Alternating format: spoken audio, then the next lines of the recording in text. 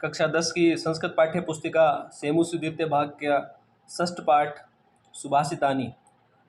प्रस्तुतो अयं पाठः विविध ग्रंथात् संकलितानां 10 सुभाषित पद्यानां संग्रहितो वर्तते। ये जो प्रस्तुत पाठ है विविध ग्रंथों से संग्रहित करके 10 सुभाषित पद्यों को यहाँ पे लिया गया है। संस्कृत साहित्य में सभी प्रकार के सत्य को प्रकाश करने के लिए अर्थ गंभीरता को पद्यमयी रचना के द्वारा प्रकाशित करने के लिए सुभाषितों की सहायता ली जाती है। यह पाठ जो है वो परिश्रम के महत्व, क्रोध के दुष्प्रभाव, सामाजिक महत्व, सभी वस्तुओं की उपयोगिता, बुद्धि की विशिष्टता इत्यादि के विषय में प्रकाशित करता है। सुभाषित का मतलब जैसा आप जानते हो सुंदर वचन, सुंदर मधुर वाणी, अच्छे वचन, श्रेष्ठ ऐसी वाणी जिससे हमें कुछ सीखने को मिलता हो, सुभाषित पद्य कहे जाते हैं। श्लोक नंबर 1 है, आलस्यम ही मनुष्याणाम शरीरस्थो महान रिपु नास्त्यु उद्यम समो बंधु कृत्वा यम नाव सिद्धति। आलस्य ही मनुष्य के शरीर में स्थित सबसे बड़ा शत्रु होता है। आलस्य जो है वो मनुष्य के शरीर में स्थित सबसे बड़ा शत्रु है। नास्ति उद्यम समय बंधु, उद्यम यानी परिश्रम, परिश्रम के समान कोई भी दूसरा उसका मित्र नहीं है, न कोई उसका भाई है न कोई मित्र है। यम कृत्वा नाव सिद्धति, जिसे करके मनुष्य कभी दुखी नहीं होता है। किसको करके? यम यानी जिसको, किसको? परिश्रम को। परिश्रम को करके मनुष्य कभी दुखी नहीं होता है। अन्वय करने से इसका अर्थ आसान हो जाता है। अन्वय जो है वह इसका सरल भाषा में, आलस्य ही मनुष्याणाम शरीर स्थित महान शत्रु आलस्य ही, मनुष्य के शरीर में स्थित सबसे बड़ा शत्रु आलस्य होता है। उद्यम समय बंधु नास्ति, परिश्रम के समान कोई मित्र नहीं है। यम कृत्वा न अवसिद्धति, जिसे करके मनुष्य दुखी नहीं होता है।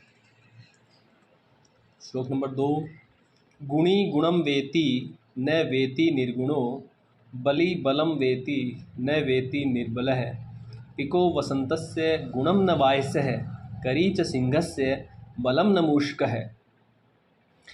गुणी गुणम वेति अर्थात गुणी व्यक्ति जो होता है, गुणी गुणवान जो व्यक्ति होता है वही गुण के महत्व को जानता है। न वेति निर्गुण, निर्गुण व्यक्ति जो है वो गुणों के महत्व को नहीं जानता है। बलि बलम वेति, बलि बलवान व्यक्ति जो होता है वो ही बल की उपादेयता या उसके महत्व को जानता है। निर्बल न वेति, निर्बल व्यक्ति जो होता है, कमज़ोर व्यक्ति जो होता है वो उसके महत्व को नहीं पहचानता है। पिको वसंतस्य गुणम न वायसः, पिक है यानी कोयल, वसंतस्य यानी वसंत के, गुणम गुण को पहचानता है। वसंत ऋतु का क्या महत्व है ये कोयल ही बता सकती है, कोयल ही समझती है।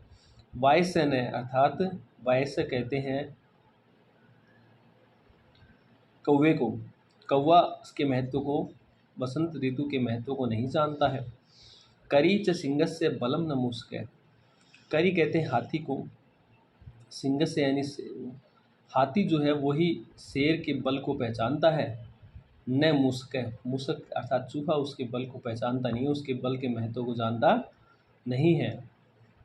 अर्थात यहाँ पे हर व्यक्ति गुण और बल की महत्व को समझाने का प्रयत्न किया गया है। श्लोक नंबर 3 है, निमित्तम उद्दिश्यम ही यह प्रकुप्यति ध्रुवम सतस्य अपगमे प्रसिद्धति अकारण द्वेषी मनस्तु यस्य वै कथम जनस तम परितोष्यति। यह अन्वय देखो, यह निमित्तम उद्देश्यम ही प्रकुप्यति, यह यानी जो, निमित्तम उद्देश्यम किसी कारण विशेष से ही, प्रकुप्यति क्रोधित होता है, किसी बात से किसी कारण से क्रुद्ध होता है।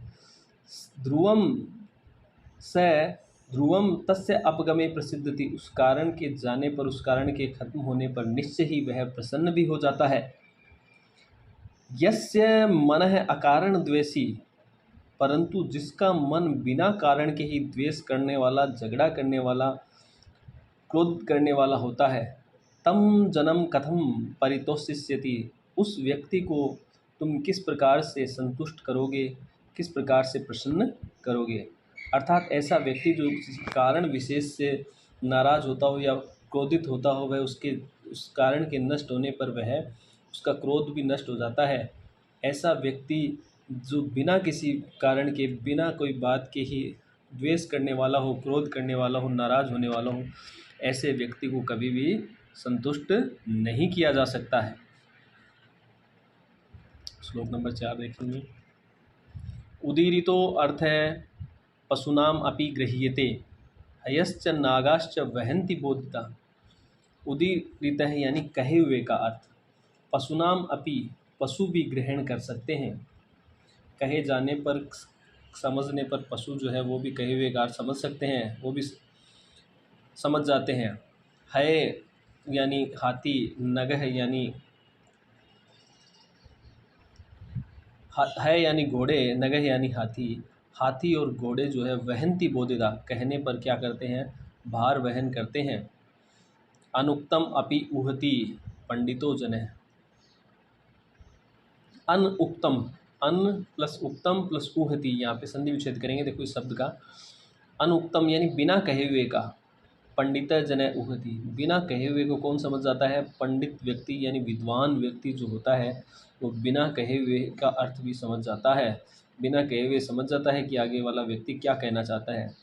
पर इंगित ज्ञान फला ही बुद्ध है, बुद्ध यानी बुद्धिमान व्यक्ति, पर इंगित ज्ञान वाले यानी संकेत जन्य ज्ञान को जानने वाले जो व्यक्ति होते हैं वही व्यक्ति बुद्धिमान व्यक्ति होते हैं। जो व्यक्ति बिना कहे हुए का अर्थ समझ जाते हैं वो तो विद्वान होते हैं, और जो संकेत जन्य ज्ञान को जानते हैं वो बुद्धिमान होते हैं, क्योंकि कहने के बाद अर्थ जो है वो तो पशु भी समझ सकते हैं। पशुओं को अगर कहते हैं तो वो भी भार ढोते हैं या उनके लायक जो कार्य होता है वो करते हैं। जो बिना कहे हुए का अर्थ समझ जाए या संकेत जन्य जो व्यक्ति कहे जाए, उनके लिए यहाँ पे उनकी विशिष्टता का यहाँ पे गान किया गया है। श्लोक नंबर 5 है। क्रोधो हि शत्रु प्रथमो नराणाम, देह स्थितो देह विनाशनाय, यथा स्थितः काष्ठगतो हि वह्नि, स एव वह्निर्दहते शरीरम।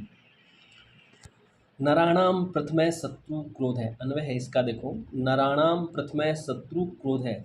नराणाम यानी मनुष्यों का, प्रथम यानी पहला, शत्रु यानी शत्रु, क्रोध है यानी क्रोध। मनुष्यों का सबसे पहला शत्रु कौन है, क्रोध होता है।